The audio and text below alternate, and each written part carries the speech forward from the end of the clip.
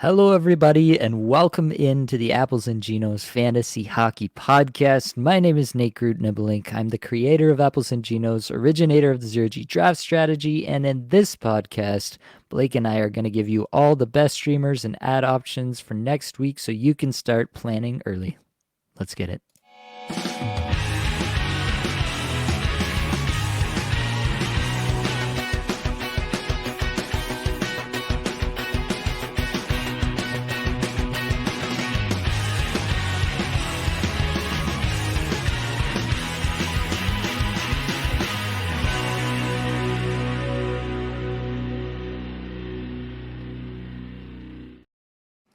And of course, I have your friend and my best friend, the man with the Beamer, Blake Creamer, here with me. Blake, how are we feeling? And have you ever actually owned a BMW in your lifetime? No, I'm more of a Ah, Suzuki Swift kind of guy. You know what I mean? A that little checks out. hot hatch. Right. Yeah. Little jelly bean driving it down the road. That's where I'm at. All right. Oh God. You just threw me big time, Nate. I don't know what I'm doing here, but buddy, we can see the light at the end of the tunnel. We can see the light shining off that championship trophy. It's shining directly in our faces and all our listeners. We are going to get those chips. We're there. It's playoffs next week for some people. My God. So I'm very excited about this. I'm jacked up and I'm ready to get into this with you. Yeah, I'm getting there too. Got lots of playoffs heading my way next week as well. Actually, all of my leagues are week 23 through 25 playoffs, all my redraft. So, yeah, all my playoffs start next week. So, I'm pretty pumped to get that going. And it's got some nail biters shaping up as well in terms of Oh, like yeah. finding some buys and stuff like that. So, yep. I'm right there in it with everybody that's listening at this moment. And we know like the numbers tend to go down a little bit this time of year. We know that the people that are listening now, they're all about it. They're into the weeds with all of this and they're bringing Yep. home chips. So if that's you, welcome on in. Blake, why don't you welcome these fine people in with some newsies?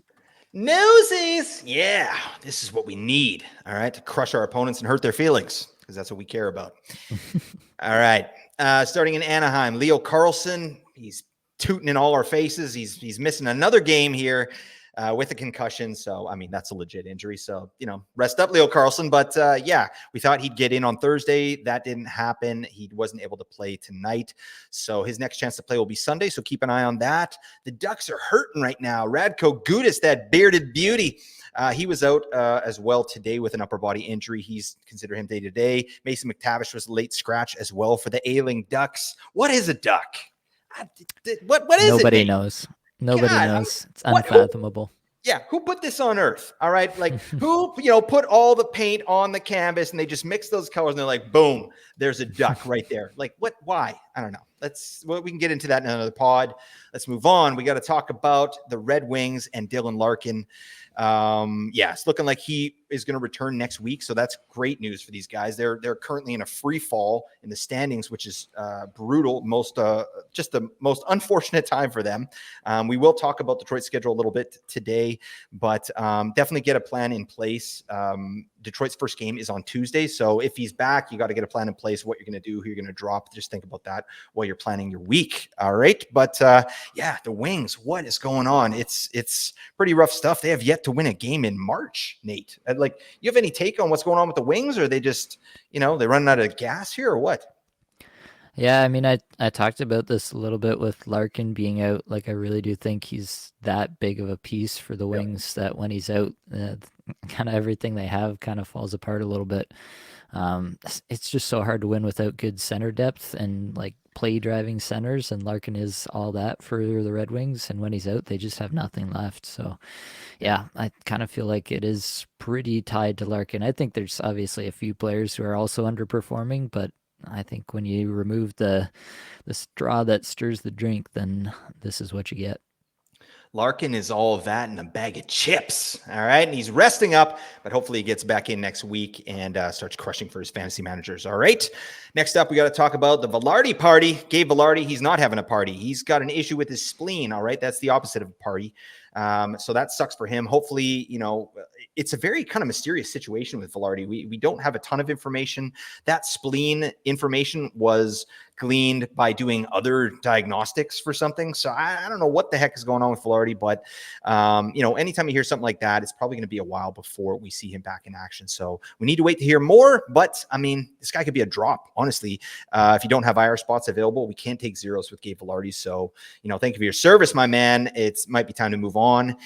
With him out, Alex Iafallo is getting the even strength time on ice on line one instead of Ehlers, of course. And Sean Monahan and Tyler Toffoli get power play one, while the sad trombone, I'm changing Nick Ehlers' nickname to the sad trombone. All right. He toils away on power play two as usual. And then, of course, the Jets just smashed tonight to get a shutout and all that. So, yeah. Any take on the Jets here whatsoever before I move on, Nate? Yeah, not too much. I think there are some interesting options there. I like Velarde when he plays, but yeah, Yeah. this could be a little bit longer term issue.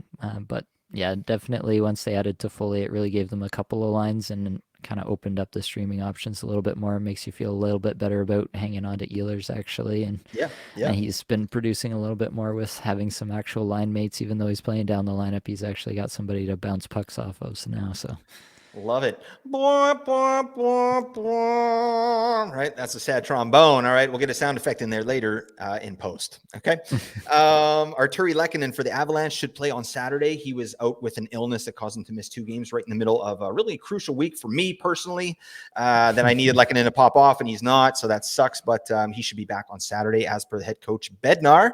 And then Jonathan Drouin is dealing with a lower body injury. Zach Parise is out as well, but they're both game time decisions possible to play on Saturday as well. So check the lineups, make a plan, and they should be valued in that order. Obviously, I think Lehkonen should get power play one when he comes back, and I think that Drouin's probably going to get bounced. So with Lehkonen, we ride. All right. Let's move on. We got to talk about Joel Eriksson Ek. He's out with a lower body injury. He's not traveling with the team. He's missed a couple games here. So he's not traveling with them to St. Louis for the next game, but he may be able to join the team in Anaheim. They have a back-to-back in California there. So in his stead, Ryan Hartman is the clear winner with line one power play one deployment. It's nice. I think he played like 19 minutes last game. He's doing stuff. He's a great streamer if you're going to go with a Minnesota Wild player. Nate, what the hell are you smirking at, buddy? Come on, what's happening? You got something to say? You got something going on there? No, it's just funny how this thing goes around. Like Ryan Hartman, we've been in on Ryan Hartman, we've been out Yeah. on Ryan Yeah. Hartman, we've been in on Ryan Hartman again. Yeah, I mean, I have the same takeaway. Line one, power play one. He's Yeah. playing great. I've been touting him in my daily Twitter posts for players to watch. Yep. He's been popping off under the hood too. So Ryan Hartman, go get him. Yeah, exactly. It's a great data point, which we already knew, right? Like center goes out, someone on the top line goes down. Ryan Hartman, go pick up Ryan Hartman. All right. So there you go. Over to Florida, Sam Bennett Dyson. He's day to day with an undisclosed injury. Amazing reporting there. It's undisclosed. Can't you just tell us what the injury is? What is this? It's like Unsolved Mysteries. You ever watch Unsolved Mysteries, Nate? Yep. Okay, sweet. All right. I thought that was a little before your time. So you must have had a really awesome childhood if you're watching Unsolved Mysteries at age 2. All right. I appreciate that. But anyways, check out Sam Bennett's status there. I think it was Lundell moving up to line 2 there with the Panthers to play with Matty Tkachuk. So there you go. In Dallas, Tyler Seguin could be back next week for the Stars. So that's great news. You would probably slot back into that second line, that incendiary second line with Duchesne and Mason Marchment, most likely. So yeah, they got 3 lines just doing the thing. I don't know what the hell's going on in Dallas. So yeah, it's a nice situation. You think, are you interested at all in Seguin when he comes back here, Nate? Yeah, I'd like to see it before I invest everything in it. But yeah, if he's back, then it's a decent spot. And in a week where it's kind of tough to find some people, Sagan would definitely make some sense. Yep, absolutely. And then over to Toronto, Mitch Marner, another one of those guys that I really, really needed this week. And he doesn't give a damn about my fantasy hockey team. He's nursing an ankle injury there. So it's kept him out of 2 games so far. It's going to keep him out of Saturday's game as well. I didn't check, but what are they doing on the Leafs power play, Nate? With Marner out? Because I know Yarncroc is injured as well now, and he was playing some power play 1. What's the latest? Yeah, it's just been Bertuzzi in that spot, basically. So Tavares, Nylander, Bertuzzi, Matthews, and then Riley on the back end. So Didn't they have basically, Liljegren up there at one point? Like doing a two Uh, defenseman situation? Not really. No. They've toyed with various things, but yeah, that's probably just a spot where they were in between taking two guys off and they wanted to have a couple defensemen out. Sometimes the Leafs can be a little bit careless on the power play in terms of giving up shorthanded chances, so Oh no. there's that as well. All right. Well, there you go. Shout out to Timothy Lilgren. Timothy, is that his first name? Now I'm questioning myself. Jimothy. Jimothy, whatever. You Yes. know what? Even better. Last thing here, Barrett Hayton. He's out for the foreseeable future for the Arizona Coyotes. What a garbage season for this guy. Super unlucky. I mean, there was a lot of promise going in after what he was able to do last third of last season. But yeah, we'll have to wait for one more year to see Hayton really pop. So that sucks. But Coach Torini says it's not a day-to-day thing. No timeline given there. Nick, the Jug Bjugstad, he's looking pretty darn good. He's putting some points on the board. Big time on ice as well. 2 games with over 20 minutes. Could do worse as a streamer if you're going to go with a Coyote. That's my 2 cents on that. Nate, why don't you talk to us about what's going on here in the upcoming week? Yeah, so we got a pretty interesting week, a little bit unorthodox coming up for week 23. On Monday, we got 2 games. Tuesday, 13 games. Wednesday, 3 games. Thursday, 11 games. Friday, 4 games. Saturday, 11 games. And then on Sunday, we've got an additional heavy night with 10 games. So in total, that's 54 games played. It's on the higher end, but it's still what I would categorize as a normal week. This is where it gets a little weird. We've only got one team with a Monday, Tuesday back to back to open the week. That's Buffalo. We've only got one team with a Monday, Wednesday to open the week, and that's Washington. We got 3 teams with a Wednesday, Friday off nights. In the middle of the week, we got Arizona, Dallas, and Washington there. And then we do have 7 teams with Friday, Sunday, but as I mentioned, Sunday's not really an off night. It's a 10 game, not quite so heavy night. Mm-hmm. So there's at least a decent chance that you'll be able to stream some people for the Friday, Sunday. But those 7 teams are Arizona, Carolina, Colorado, Dallas, Pittsburgh, Seattle, and Washington. It's definitely going to feel heavy, especially in the early going with the 2 game Monday into a 13 game Tuesday into a 3 game Wednesday. But the rest of the week from Thursday onward, the heaviest night is 11 games. So there's a pretty solid chance that you actually have some room on maybe even all of the heavy nights. So definitely you need to check into your lineups for the back end of the week specifically and try to figure out what you need to do there. You may be able to, yeah, use a stream from a team that has all heavy nights, and that might work out just as well for you, depending. So definitely check into your lineup, see where you're going to be benching people, and see if you can make use of the lighter, heavy nights this week. Any thoughts on the schedule here, Blake, before we go into worst teams? Yeah, no, I think you said it best. It is going to be stinky though. I hate these off nights, like 2 games, 3 games in a playoff week. Yeah, Damn. I mean, we knew this was coming, but this could hurt, right? So hopefully you set yourself up with the some of the strategies we've talked about. for sure. And hopefully you're like me and you have a buy and you don't have to Oh worry yeah, about I got it. 2 buys. I am so stoked. I don't have to do this crap. For sure. All right. Why don't you take us in to the worst teams to stream? Teams that we might be dropping some pretty big names from. Okay, yeah, no problem. So we do have. There's no one who has like a real bad schedule this week, right? We've got 12 teams that have 3 games and 0 off nights. That's about as bad as it gets. So what that does mean though is we're going to be looking at players who are on the outside looking in, right? Good players that are being benched on these busy nights. So what Nate and I thought we'd do here is go through all 12 teams. What I'll do, Nate, is I'll give you just a couple names for each team, and you tell me what you're doing with them. Does that All sound right. like a plan? All right. Let's do it. So those teams right off the bat: Anaheim, Boston, Chicago, Detroit, Florida, Montreal, Nashville, New York Rangers, San Jose Sharks, St. Louis Blues, Vancouver Canucks, and the Vegas Golden Knights. Those are your teams that play on three games with 0 off nights. Let's start in Anaheim, and we got to talk about, Frank the Tank Vetrano and Troy Terry, right? Like these. And they're not exactly bubble players per se, but I mean, in a busy week, they're not going to be making your lineup. So, how comfortable are you holding on to Frank Vetrano and Troy Terry, Nate? I'm not super comfortable with either of them, to be honest. Like, if they are going to be not getting into your lineup a whole lot this upcoming week, then you look ahead to the week after that. So you say you make it through, even though you just held them on your bench and they didn't really do anything for you. That roster spot was just kind of a waste for the week. Then you get into the next week, which is pretty polarized, just looking ahead Yeah. in terms of the very light off nights and very heavy on nights, or heavy nights, I should say. And the Ducks start that week with all heavy nights until they finally hit a Sunday off night at the end of the week. So, like, for me, I'd be willing to drop either of these guys if they're towards the bottom of my lineup and I'm not sure I'm going to be starting them. I'm fully comfortable with dropping those guys if that's my position going into the playoffs. Yeah, absolutely. And, just a disclaimer here as well. We're not saying you have to drop these guys. All right. That's really important. We're not saying like Apples and Gino said drop Frank Vetrano and Troy Terry. No. All right. But these guys can be dropped. And that's kind of how we're going to be approaching it moving forward here. All right. Moving up to Boston. We got to talk about the Coiler. Oh, he's filling the bowl. Oh, what did you eat for dinner, buddy? Charlie Coyle. All right. This one is an easy one for me. I think Coyle can easily be dropped. He's not going to be making your lineups on these busy nights. Any thoughts on Charlie Coyle there, Nate?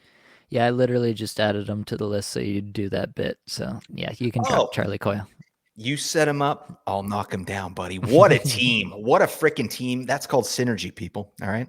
Let's move on to Chicago. I mean, damn. There was a time this year, like probably about a month ago, I was looking ahead and I was talking to a listener about Bedard, right? And I wasn't saying drop Bedard, but I was kind of including him in this conversation. You know what I mean? I was like, well, I mean, is he going to get in, right? Like they're playing terribly. They're not getting goals, right? But then, of course, yeah, this guy's just, now he's making it so there's zero chance you're going to be dropping Connor Bedard, obviously, right?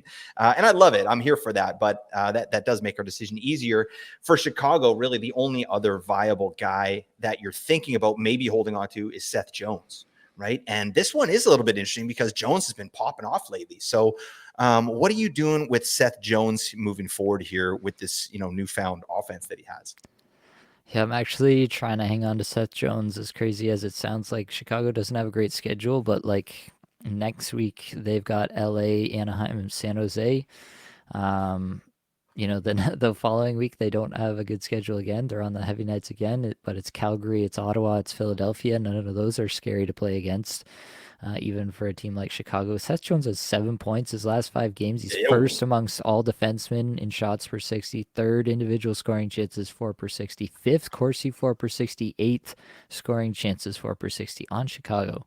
This What the hell? is Seth Jones absolutely popping off, and I'm not interested in dropping somebody that hot, so I'm hanging on to Seth Jones. And honestly, like, there's a lot of big names that I'd be playing him over. Like, I would play him over Eric Carlson right now. Love that. Yeah, that's so valid, right? Like that's why we do the last 5 games here, folks, right? Like he's number one amongst defensemen in shots and goal per 60 in 5 games. Chicago, Seth Jones. What the oh my God. Yeah. So and Eric Carlson's on power play too in stinky Pittsburgh. So yeah, that is not even a hot take. I also want to shout out Josh Hutchinson here. The man at the beginning of the season talked about Seth Jones being a low-key target. I mean, Seth Jones is still on a 39-point pace, but this is it, Joshy. This is what we waited for. All right. He's popping off. Josh took a little bit of heat for just saying that Jones might be good. Right. So, Josh, you're a legend, and you called it, buddy. Here we go. All right, let's move on. Detroit. All right, now we're talking. Now we're talking some players. I talked a little bit about these on my playoff primer, but I'm really glad to get your take on some of these players here. We are looking at Alex the Cat DeBrincat, Patty. What was I going to say? Patty Cake, Patty Kane, Mo Sider, and Shane Gostis-Bear. So again, are these players making your roster on the busy nights? Are they making your roster, Nate? It's gonna be tough. Like, DeBrincat has had such a weird season, and like even in this 5 game stretch with 1 assist, he's still 22nd in the league in individual scoring chances 4 per 60. So like the chances are there, but he's just been wildly inefficient relative to his past. And the other thing is, like, I think we all remember there was that one season where Alex DeBrincat just couldn't score for no apparent reason. He's shot like, I forget what it was, like 8% or something Yeah. crazy like that. And every other season till this point, he'd shot like 16, 17, 18%. And now this year, here we are again, 12.6%. The season's almost done. Here's Alex DeBrincat just totally unable to score again. And so that's really putting me in a bind with DeBrincat specifically. Um, yeah, if he's someone that you're like worried about starting, then I can see it quite honestly, like in a fair number of leagues, a fair number of setups. Maybe not anything deeper than like a standard 12 team, but in some of those 12 teams, like there possibly could be a scenario I can see. Like if you are Yeah. one of these good teams, right, and you're trying to set yourself up like week 20, like I'll paint this scenario, right? You're one of these teams with a bye for next week. You're not playing next week, but you're looking ahead, even going into a week 24, and you're seeing how terrible it is in terms of off nights, and you're trying to set yourself up there. Wings again, 3 games, 0 off nights in that week. They play Mhm. Carolina, they play Florida that week. It's hard to envision a ton of offense against those good teams. Um, Maybe DeBrincat is the guy that you drop to set yourself up for that week with a bunch of streamers that are actually going to play games for you. If DeBrincat is the last guy out, like I can see it. It's not something I'm trying to do, but Yeah. it's something I can see. He's right there on the edge, and I would say the same for Kane. I would say the same for Mo Sider. Like I think my level of disdain for Mo Sider and fantasy. His fantasy prowess has been widely documented at this point. 42-point pace now. Yep. I was told he was going to go for 60 this year. I have not forgotten. Shane Goss He's is got the actually receipts, everybody. Shane Goss has actually scored some points, but again, it's like an 18-minute defenseman. Yeah, he's on power play one. He could very easily go cold in this time frame. If he's your fifth defenseman, then yeah, Shane Goss is probably not a guy you have to hang on to either. Yeah. No, I love it. And it's important that we think about this stuff, right? Like it's just like goalies. When you spend a lot of draft capital on a goalie, you're so hesitant to drop him, right? But what would you rather do? Like get something or get nothing? Right. Yeah. If DeBrincat's on your bench, you're getting nothing, right? It doesn't matter where you drafted him, right? So that's kind of the mentality that we have to have in these playoffs here in redraft leagues, right? Like we got to be ruthless. And if you're sitting these guys and they're getting in for one game in a 3-game week, that's not good enough, right? Go get someone who's going to play these off nights. All right. So there you go. I agree with all of that wholeheartedly. Let's move on to the Florida Panthers. Couple players here, Gustav Forsling and newcomer Vladdy Tarasenko. I think these are, Forsling's had some nice play recently. Tarasenko has as well, although he's not really getting the ice time that I'd want, right? But he never does. So what are you doing with these two studs?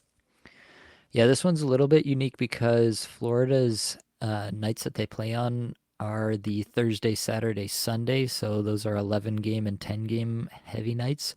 So you might actually be totally fine with these guys in your lineup. They might not really be causing you any grief in terms of filling up your bench or anything. So do check that out. But all that to say, like you have 3 days rather at the beginning of the week, Monday, Tuesday, Wednesday, where you could be using this roster spot for something else. And I'd totally investigate, like I said, there's the one back to back. If you got a spot on the Tuesday, it's super heavy. But if you do have a spot on the Tuesday, then you could go Buffalo, or you could go to Washington. And if you're getting like a low tier Washington guy like a Connor McMichael or something like that for Monday, Wednesday, and then you can still get your Florida guy back. Like if you can do it on Monday, get the guy, and then your waivers run. If your waivers run on the Thursday, there are some leagues like that. Then you could ostensibly get both games out of Connor McMichael, and then get your Florida guy back on waivers if you have the priority or the fab or whatever it is in your league to do so. Like there's ways that you can kind of game this right a little bit because of the weird schedule that Florida has this upcoming week. So those are two guys where the schedule would really determine it for me if they're gonna make it or not make it on my roster. I am not tied to the production that either of these guys have shown. Tarasenko's averaged 14 minutes. The underlying numbers have not been good, even though he's played a bunch with Barkov. I don't know how that's possible. I'm pretty sure I could play with Alexander Barkov and my underlying numbers would look pretty good. But yeah, I'm not tied to Tarasenko or Forsling despite their recent stretch.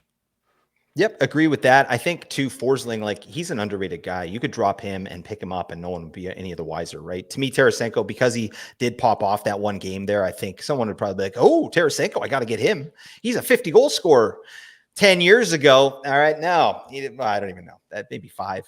I don't know. I have to look at his stats. Anywho, let's move on. We got to talk about the Montreal Canadiens. Do we? Oh yeah, and they got some pieces here. Some names that I do not want to see on this list of fringe players. We got Cole Caulfield and the Professor Mike Matheson. No.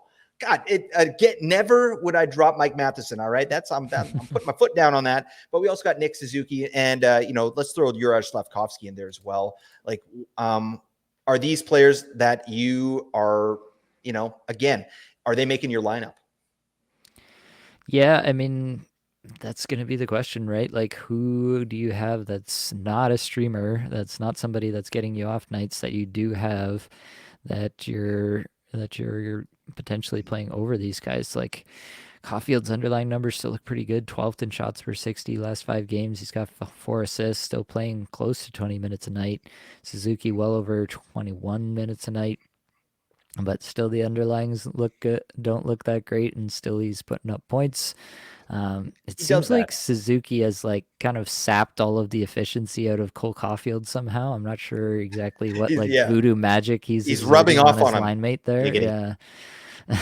But yeah, he's got a 17% shooting percentage this year, and Cole Caulfield's got a 7.5% shooting percentage, which is very uncharacteristic for Yeah. Caulfield throughout not only his NHL career, but even his younger days in various leagues. So, um, yeah, all that to say, Matheson I'm hanging on to. I don't think there's a way that I'm dropping Matheson. He's a stalwart in my mind, basically like a number 2 level defenseman on most fantasy teams.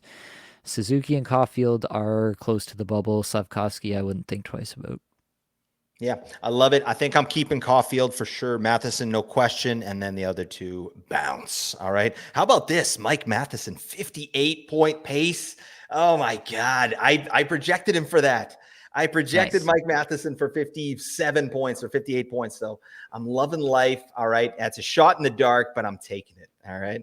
I'm taking the dub on that. Well, hopefully he gets it. Anyways, okay, let's move on. We are getting long in the tooth. Let's talk Nashville. These are some players that I mentioned as well on my last show there, Nate. Ryan O'Reilly, Gustav Nyquist. We got Jeremy Lauzon in here as well, but he's an easy drop. I mean, if you're in a banger league, then it becomes, I think you're holding on to Lauzon in a banger league, unless there is a really like a move that you have to make, like someone drops someone silly and you have to pick him up. But to me, Lauzon is a hold in a banger league, but easy drop in a points league, no question. Yeah. Yeah, I concur on Lauzon. I threw him in there just for that purpose to talk about, Bangers Cats. I can't imagine dropping Jeremy Lauzon. He's No. one of probably like a top 50 player in Bangers Yeah. Cats just Like for dropping sheer Austin Matthews. dominance. Yeah. Yeah. Not doing Just that. for the sheer hits dominance. But yeah, for O'Reilly and Nyquist, I wouldn't think twice about it, quite honestly. They've both been productive as of late, but it does not matter to me. I think I would drop both these guys. They come back and they play all heavy nights again. Um, in later in the playoffs. Like they basically have no off nights at any point. So Yeah. I don't think they're helping you that much. If they are those guys at the bottom of your roster that if you're thinking about dropping them, you probably should drop them, I guess is where I'm going. Yep, that's a good way to put that. I mean, these are the type of guys that are going to piss you off, right? Because they're going to be on your bench and they're going to be productive, unfortunately, Yeah. right? They're both on 70-point paces. Gus Nyquist, 70-point pace. Sheesh. I didn't see that coming, but it's not sustainable to me. Like, yeah, they're redlining and it's going to fall off at some point. Nashville's playing great, but I think those guys are both drops to me. Let's move on to the Rangers. We got to talk about Jacob Trouba, the mega beefer, Keandre Miller, and then our absolute favorite here, streamer, Alexis Lafreniere. How are you managing these players in your leagues, Nate? Yeah, so Truba is hopefully on your IR plus. Maybe if he's out there, like if you have very limited IR spots or something like that, and he's been dropped to free agency, maybe he's a player that you could actually add if you got the bye next week, and hopefully he's back. His time frame was like 2 to 3 weeks, so he could be coming back around week 24.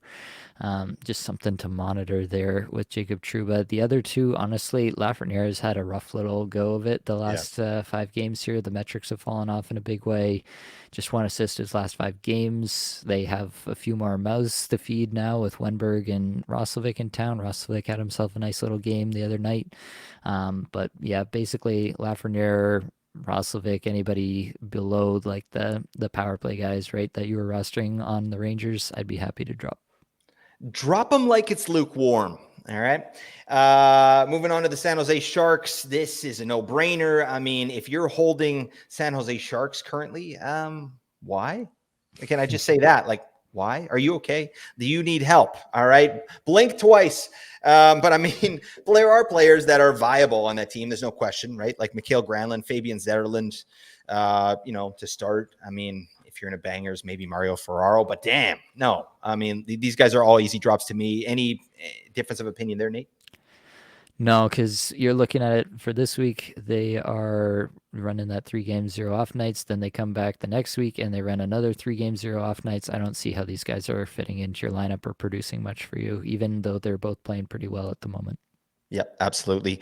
St. Louis Blues, the next team. And again, players I talked about on my show, Jordan Kyrou, Pavel Buchnevich. I mentioned those guys as being players that I'm considering dropping. And Rob Thomas, you got to throw him in there as well. Like none of them are playing well, but I mean, Thomas is the clear, head of the pack there. The guy's still pacing for like 85 points or whatever it is. It's crazy. But I mean, what do you think of the top line there in St. Louis? And are these guys good enough to get into your lineup? I do think they are in for a lot of people, but it is tough to hang on to somebody who's this cold. Yep. So yeah, I would kind of relate this back into like an Alex DeBrincat territory, uh, where I feel like relatively confident that these are good players and that this is just a cold stretch. But Yep. how long does the cold stretch take? Like if you've got a bye till week 24, then it's a no-brainer. I'm keeping them on my roster because they could easily turn it around by then and be, yeah, just lighten things up in week 24. If you've got them next week, then it's a little bit harder. Like they could legitimately be guys you're thinking about benching those nights. And if that's where you're at, then that's where you're at. They play Colorado, Ottawa, and Minnesota next week.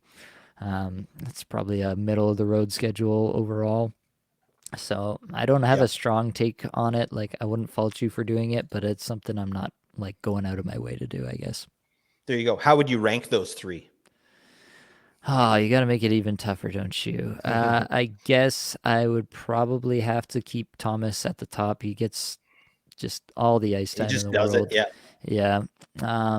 Then I'd probably go Buchnevich. He's just been a little bit more consistent than Kyrou. Kyrou has really struggled to just shoot. Like the shots are there, but the shooting percentage has been really tough this year. It Mhm. does seem like he's just lost a little bit of that touch. He's typically been an efficient shooter, and this year he just hasn't been at any point really throughout the season. And so, like DeBrincat, I kind of feel like Kyrou is in that range where it might just be one of those years where the pucks are not going in for him. And at this time, when all the goals, all the pucks going in really matters, that is something that I'm like, I don't know if it's like a 5% weight in the back of my head that I'm giving it, but it's not nothing. Yep. Absolutely. It's good conversation, right? Like that's all we're trying to get you all to do is just have a thought and got to have some perspective on your roster and think ahead, right? Like we've done it this far. We got to go the extra mile and make sure that we're making the right decisions here. So we're just trying to keep you informed, folks. All right. You can throw Justin Falk in there as well as a player that could maybe just be bounced. I think he is getting power play 1, I think currently, and he's a beefer as well, but not enough to hold if he's on your bench. Okay. Let's move over to Vancouver. This is an interesting one for me. Elias Lindholm is a player that I find myself targeting right now. And to be fair, like I do have a buy in 2 spots for this upcoming week. So I'm not concerned about Vancouver's schedule, which is, 3 games, 0 off nights, right? So to me, yeah, Lindholm could be a drop certainly for this week. Probably should be a drop anyway. I'm not saying this guy's amazing, but like this to me is a player that I've targeted for the off nights for weeks 24 through to 26. Basically, Vancouver does have some good Mm. off nights, and to me, he's the premier streamer on that team, right? Or Connor Garland, depending if he's getting power play 1. But to me, Lindholm is a player that I've seen dropped and I've picked up in 3 spots, right? Just trying to prepare myself for the playoffs. So, but he's on this list, right? We've got Lindholm, we've got Philip Hronik, right? Who's been really cold as of late, making bonehead plays too. And then, we got to throw Brock Besser on there. All right. It hasn't been a great stretch of hockey for the Canucks. They're getting it done for the most part. They just had a stinky game against Colorado there. But what do you think about Lindholm in particular, Nate, and just his streaming viability for the playoffs in general, and then these other two?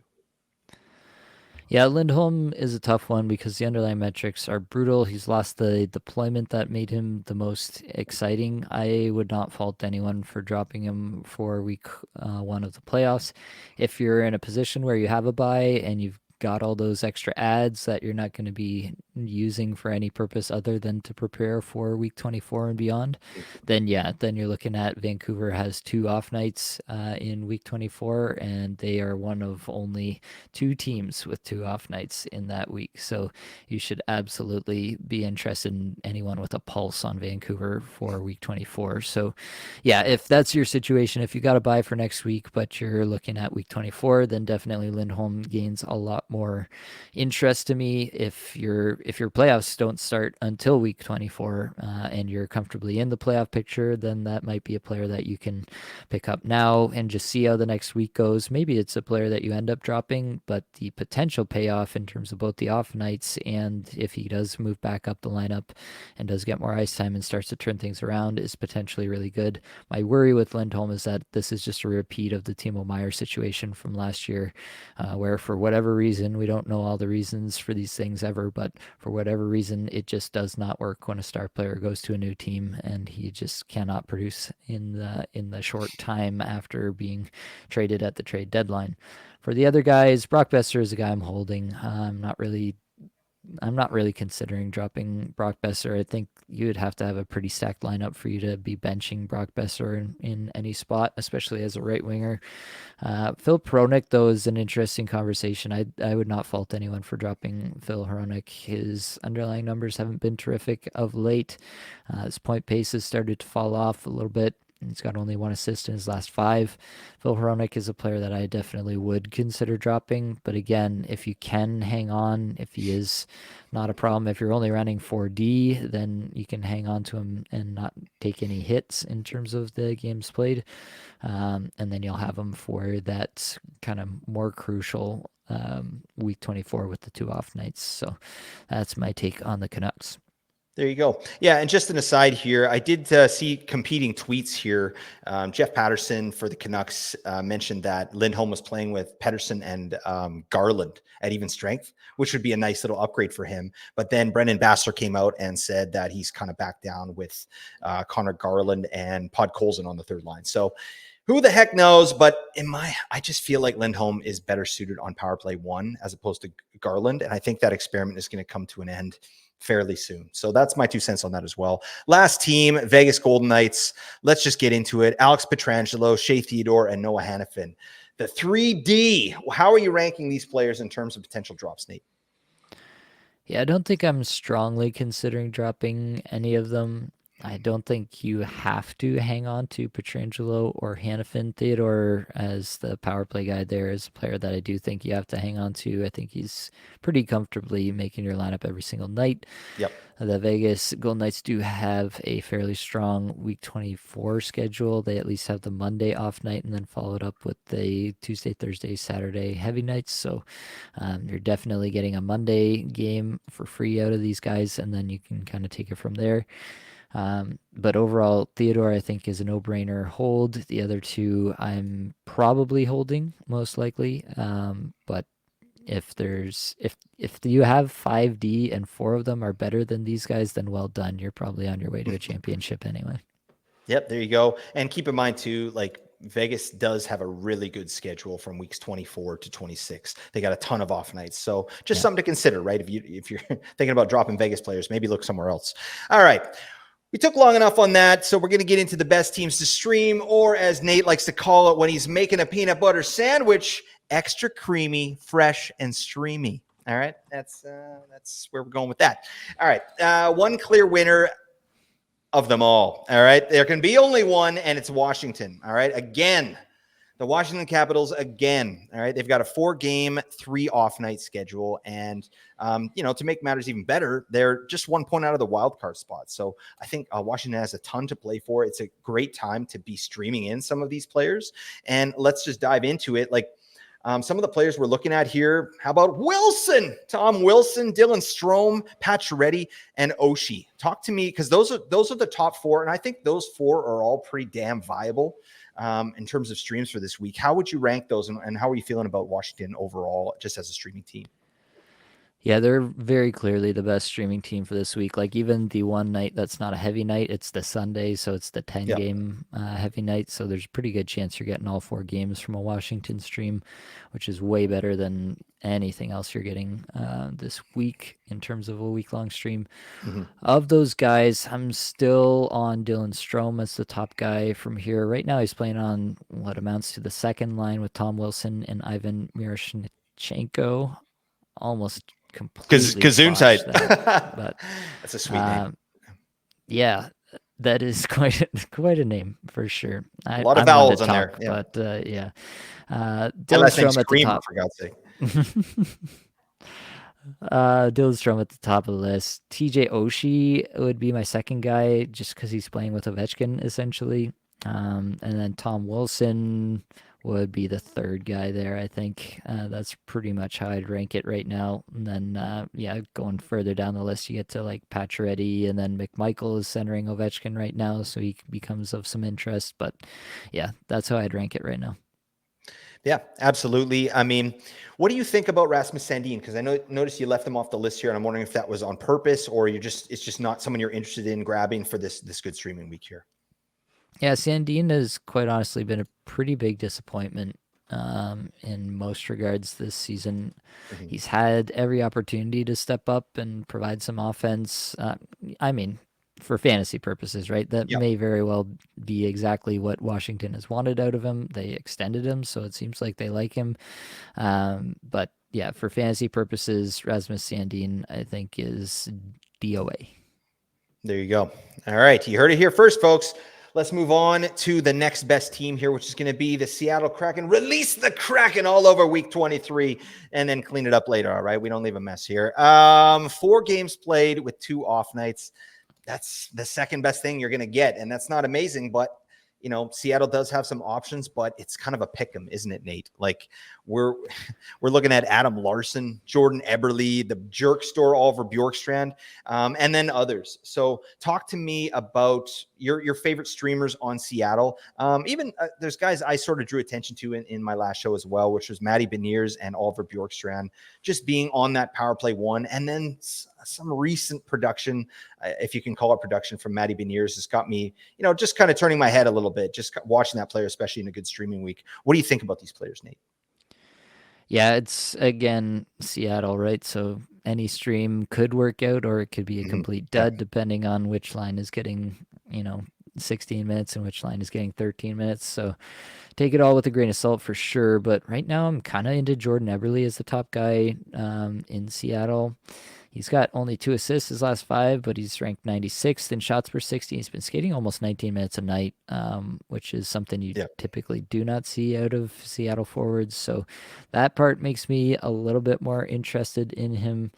Um, it's all relative though. I'm not over the moon about any of these guys for sure, but I do think that Eberle with that deployment, and he's just been always that consistent streamer that you can grab and usually comes through with at least a couple points for you in a week like this. One other note I wanted to make about Seattle is that their schedule, they do avoid the Tuesday, which is that heaviest night, the 13 game heavy night.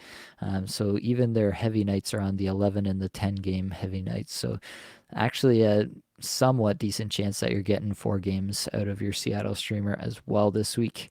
After Eberle, I'd go Bjorkstrand. He's got 4 points, 3 goals his last 5. The underlying numbers are not super inspiring, I guess I would say, but Yeah. they're not like atrocious either.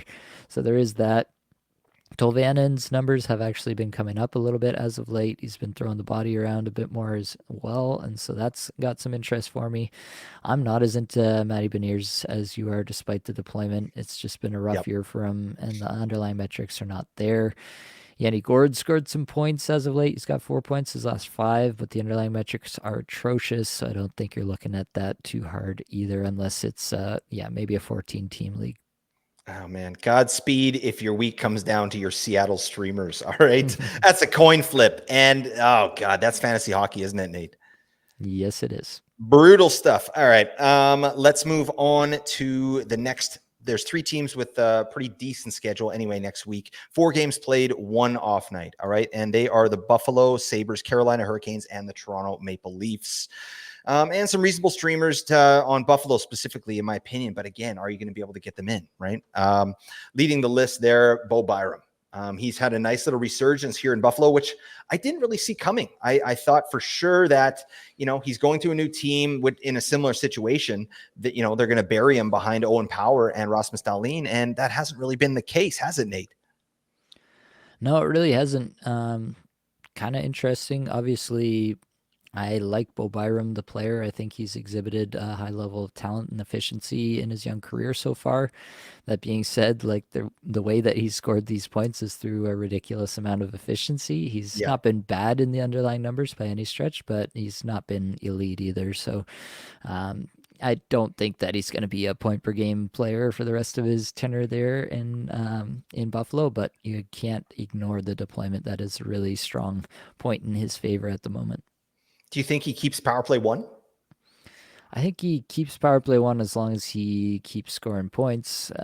So I guess my answer is no. Jeez. All right. Well, that is semi-helpful, Nate. Thank you.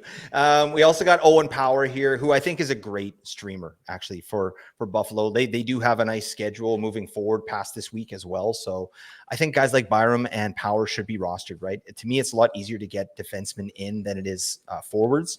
So Yeah. I think these guys, if they're out there, they should probably be rostered. We're also looking at JG Peterka, who's had great stretches this year. Metrics wise, he's put up some points. He's been a little bit cold lately, but I think he's a viable. And then Jordan Greenway. Talk to me about those 3 players: Power, Peterka, and Greenway, Nate. Yeah, I'm definitely in agreement on Power just as a streamer. I mean, he's still playing obviously on the second power play unit, but that second power play unit has like Jeff Skinner, who's pretty good at scoring goals. So that's not nothing at this point, and he's still getting decent minutes. Um, yeah, in terms of Paterka, it's just somebody that we've always been interested in from time to time. Right now, he's playing with Skinner and Krebs. Skinner, obviously a good player to play with if you want to score some points. Hasn't really come through for Paterka as of late, but definitely could be worse for him there. And then Greenway, he's just playing with Dylan Cousins at even strength, and that's not been a bad spot. Honestly, it's been probably the best player to play with the last little bit over in Buffalo. So that's why I threw in Greenway. He's got a couple of points last 4 games here, and the metrics haven't been truly terrible. He's a guy who, he'll rumble around out there and do a few things. So he's not the worst streamer that you could pick up in like a 14 team. Yep, absolutely agree. Some reasonable options there. Byram and Power to me being the most interesting. Over to Carolina. Again, 4 games played, 1 off night. We got to talk about Slavin Maven, Jacob Slavin. Hi. He's out there. How about the Eagle, Evgeny Kuznetsov? What the hell are we doing with this man? Yeah, extra koozie looking pretty solid under the hood. Like he's done a few things. He had a 5-hit night the other night, which Thank is you. pretty That's interesting. nice. 91st in shots per 60. I don't know if I've ever seen that number attached to Kuznetsov Yeah. this year. So that's a good number to hit. Obviously, you're going to be a little bit up and down with the ice time in Carolina. But I think he'll take it, honestly. Like, he's on the top power play. He's playing with Jake Gensel, Martin Necas at even strength. That's a good spot to be. I'm into it. Yep, absolutely. So that's a surprise, honestly, and a pleasant surprise. All right, and then Stefan Nason as well. You can throw him in there as a guy that can do stuff, right? I mean, he's an efficient player. He shoots occasionally, doesn't he? Yeah, actually, 25th overall in chucking pucks, buddy. That's not bad, Stefan Nason, over the last 5 games. But yeah, I mean, his ice time is garbage, right? So he's going to be lower down your list there with Carolina. Nothing could be finer. Let's move on to the Toronto Maple Leafs. And some, the streamers have never been good on the Leafs, right? And that continues to be the case. We're looking at Jake McCabe, who I have in a full bangers league, which I'm, pretty much not going to make the playoffs in, but it's not because of Jake McCabe. This man's he's been awesome, man. Just a great bangers league player who chips in with some points here and there. So, I mean, I like the player, actually, certainly for fantasies. He's got some bits and pieces. How about Maximus Domius and Tyler Bertuzzi, and throw Matthew Nyes in there? Tell me about your boys, Nate. What are we doing with these players? Yeah, I think the one that gives you some immediate interest is obviously Bertuzzi, especially if Marner's injury lingers on a little bit. The Leafs are um, probably gonna just kind of hold pace and coast into the playoffs from here, and so maybe they don't feel super motivated to rush Marner back and Yep. just let him heal up and make sure he's good for the playoffs. So if that's the case, then Bertuzzi would be to look. His metrics are not good, and he is definitely he's had like 2 game stretches. He's not really put together like 5 game plus stretches, has Tyler Bertuzzi this year. Max Domi actually has 4 points his last 5, but he's also just like, feels like a really risky click at 14 minutes a Yeah. night. Jake McCabe, yeah, really just there for the bangers. He's been absolutely throwing the body around as of late. Matthew Nyes, I feel like he's always brought up, and so I just want to mention him, but I'm not excited about Nyes, and he's kind of been moved around the lineup. The last game Yeah. he played with Kampf and McMahon, which obviously is more of an energy line than anything else, so I'm not interested in Nyes really. Oh, dang, he's saving it up for the playoffs. Buddy, what about Bobby McMahon? Oh, the hat trick wonder. This man's a legend. I'm into Bobby McCann. I mean, I don't know, just as a person and a player, but not really for fantasy. But, shout out to Bobby McCann. Congratulations on your extension, my man. Giggity. Okay. We have talked a long time. I'm going to give you 2 more teams and then we move on. All right. Arizona and Dallas. They both play 3 games with 2 off nights. Those coveted 2 off nights. So Arizona, I'm going to give you some players. You talk to me who you're interested in here, Nate. We're looking at Lawson Krause, Nikki Schmaltz, Logan Cooley, Nick the Jug Bjugstad, Matthias Michelli, and Dylan Genther. How are you prioritizing these players? Yeah, so obviously, I'm going to say Nick Schmaltz. He's finally gotten hot. He's got 6 points his last 5, Bang. playing on the top line, playing on the top power play. Things starting to go right finally for Schmaltzy. Love to see that. So he's definitely at the top of the list. Do you want to shout out Logan Cooley hitting 49th in shots per Yeah. 60 the last little bit, 16 and a half minutes time on ice, 2 goals his last 5. That's not nothing, but the other guy that I'd be the most interested in would be Dylan Genther. He's playing with Cooley at even strength, but he's playing on the top power play. So Genther would be the second option behind Schmaltz. Lawson Krause has been a guy that people have been into for a lot of the season and has been a really good streamer in the past. Right now, he's ice cold. The metrics are awful. He has scored 0 points his last 5. I'm not into Lawson Krause at this moment. Nick Bjugstad, Nate. Come on, this man. I picked him up off waivers in the ANG Dynasty League and just held him all year. I picked him up in like the first week. He's doing stuff. Oh man, this guy's on a freaking what is this? 46-point pace. Nick Bjugstad, thank you for your service. All right, let's move on to the last team, the Dallas Stars, and we're looking at Thomas Harley is on this list. All right, Tyler Seguin, Mason Marchment, put some stank on it. Oh, Logan Stackhoven and that Viking Yanni Hakanpää. Tell me what you're doing with these legends. Yeah, any of these guys would have some interest just for those off nights, to be honest with you. I honestly kind of think I'd take Stankoven as the top guy over any of these. Love that. The the deployment between him and like Marchman is almost identical over the last 5 games, even though they play on different lines. So I think you're just flipping a coin there for better deployment. And Stankoven's numbers are legitimately better, and he plays with the best player on the Dallas Stars and Wyatt Johnston. So what's not to love? Wyatt Johnston, man, this guy's awesome. Every time I check the box score on a Dallas game, I'm like, yes, this is exactly what I want to see. I'm all aboard the Wyatt Johnston train. I'm going to pass it off as my take as well, Nate. I hope I'm just saying that to you right now. All right. All right. Yeah, there you go. All right, Nate, tell us the best players to stream ranked by you. All right, so obviously this is going to be a lot of Washington off the top because they really do have the best schedule and it's not close. Dylan Strome at the top. TJ Oshie would be my second guy for that proximity to Ovechkin, and then Tom Wilson falling behind there. And then I'm really evaluating it based on the off nights after that. And also, I will say, like we talked, Arizona, Dallas, 3 games, 2 off nights. The heavy night that they both have is that Sunday 10 game slate. So there's actually a decent chance you're getting 3 games there. So all that to say, I'm kind of assuming that you're only getting the off nights here for the purposes of this ranking. So I will go Nick Schmaltz at number 4, and then head over to Logan Stankoven. Going back over to Seattle for Eberle, Bjorkstrand, and then rounding out with a couple of Washington guys, Pacioretty and McMichael. I have some passing interest, and then back to Logan Cooley at the bottom. You could say Logan Cooley, Dylan Genther. You could throw Nick Bukestad in there. I'm Oh, not you opposed to damn that. Skippy! You throw Nick Bukestad in I there. just have no faith whatsoever that he's not off that Nick Schmaltz Clayton Keller line by like the second game next week. So that's the reason that I'm not as interested in Mr. Bukestad. So what do you think about the list, Blake? Anything that you'd change up here? No, not at all. I love that Logan Cooley's starting to shoot. That would be a nice part of his game if he can continue that on, or maybe he's just doing what Matthias Michelli did for like 2 weeks in the season, and then the shot's going to fall off again. But yeah, there you go. Great list. All right. Hits and blocks we'll run through quickly here. At the top of the list, Beck Mallenstein, I'm not sure how to say it actually, from Washington. This guy hits for a living. Definitely tops the list if you need some hits. Tom Wilson does that as well, and obviously provides you some little bit of point potential as well, so maybe you want to look that way. Liam O'Brien from Arizona, Yanni Hakanpää from Dallas Stars, Will Borgen, Yanni Gord, Adam Larson, all from Seattle.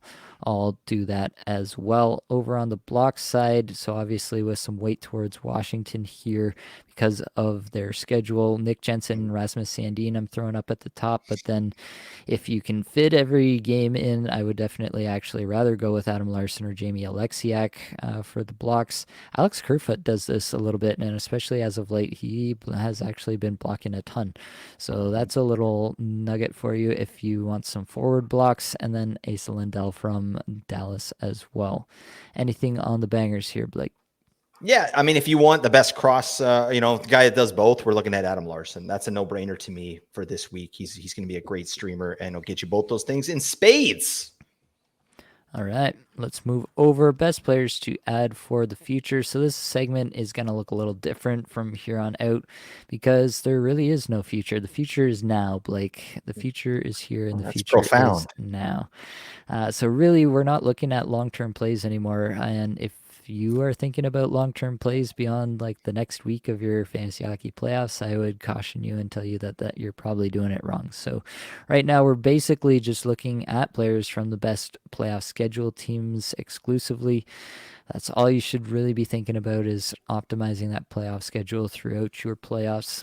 And if you need that playoff schedule, it is something that I've created a little sheet for. If you have not found it yet, then join the Apples and Geels Discord server. You'll be able to find it there. You can tag me on social media and I'll make sure to send you a link. But definitely, that's what you should be doing. You should be looking at who fits with your playoff schedule and you should be targeting players only from those teams. I could tell you a whole list of a whole bunch of players, but it is going to be really team specific for you. So yeah, also I just want to caution people, try not to look past the next week too much. You got to win the first week to get to the second week and so on and so forth. I know it's tempting to say, oh, but I rolled through the regular season. I'm definitely not going to lose to this sixth place guy. But it happens every year. A lot can Yeah. happen in a single week of fantasy hockey. Otherwise, you'd have a perfect record on the season. So yeah, just take it all with a bit of a grain of salt and have some humility. Make sure that you get through week one before you start planning for week two too much. Let's roll over to goalies because I do think goalies are something that's a little bit evergreen and we need to be on top of this as we continually preach here in the Zero G Church. Charlie Lindgren at the top of the list. He's only 40% rostered still. He's been taking a clear, more than 1A role, really a starter Yeah. role there in Washington. And as you mentioned, Washington is in the hunt. And so I think they're just going to ride him pretty hard here. Samuel Urson is still going to make this list. He's had a couple of rough starts, but he had a terrific start in between. So, like, I don't know exactly what to make of that. But overall, I think he's just a guy who's going to get a ton of volume. And I still think Philly's a decent team rest of season.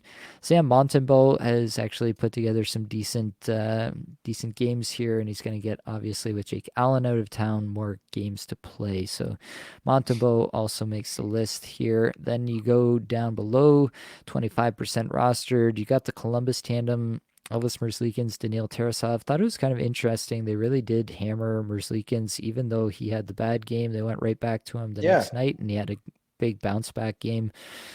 So that's actually a little bit of a vote of confidence in my mind. I had thought that maybe they were just gonna ride out with Tarasov. I know Josh mentioned that too in his pod there this week on Rolling Lines. But yeah, it could be Merzlikins, so it's one to watch for sure. I'm not sure that we're going to get a volume starter out of this either way, but definitely one to watch. And then Jake Allen, I think, has some interest for me still over in New Jersey.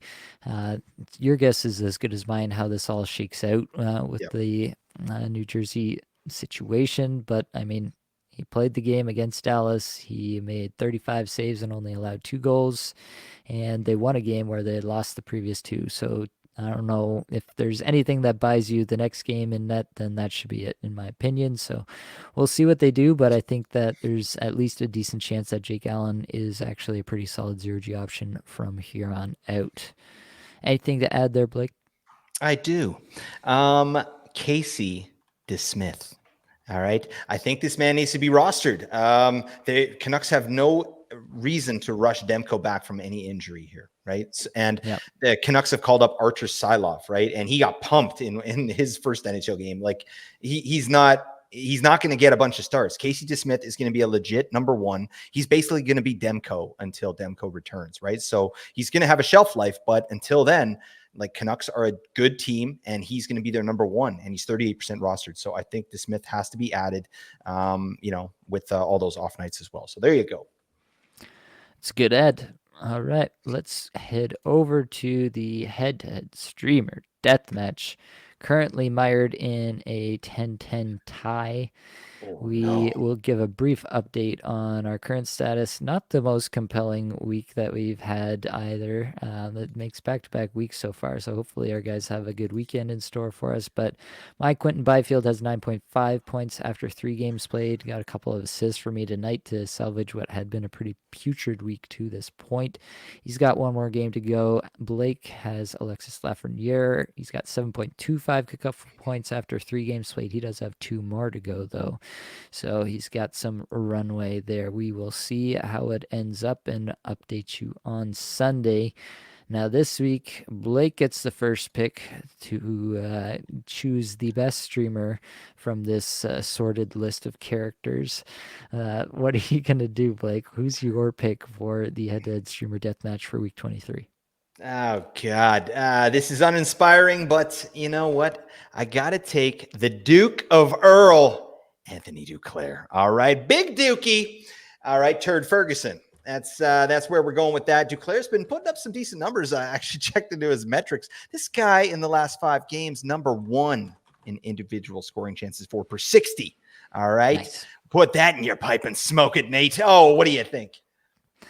I don't mind it. I like Duclair. I think he's found a good spot. I've another player that I've highlighted this week on Twitter in my players to watch because he's had some nice games there under the hood as well. So I don't hate that at all. I'm going to go back to Old Faithful. Dylan Strome never lets me down. Oh, I God, no. win every single I time with can't be Dylan beaten by Strome. this man again. I'm going to go back to the well one more time and hope it works out. All right. Well, if you got this far in the pod, you are clearly a fantasy hockey fiend. If you could do one thing for us, if you could like and subscribe this video, if you're listening on podcast, rating, review, all those things really help us out. And one more thing I do want to plug, get into those daily summaries that Mark Barber is posting on Twitter. It's just terrific stuff and will help you out in your fantasy hockey playoffs, will help you bring home those chips. Well, that's all we've got for this episode. Hopefully it brought you some value, helped you get a little bit better at fantasy hockey today. All the advanced stats you heard today came from Natural Stat Trick, which is a terrific free resource. Many thanks to the band They're There for supplying the music for the podcast. Be sure to check out their Spotify as well. That's it, folks. Much love.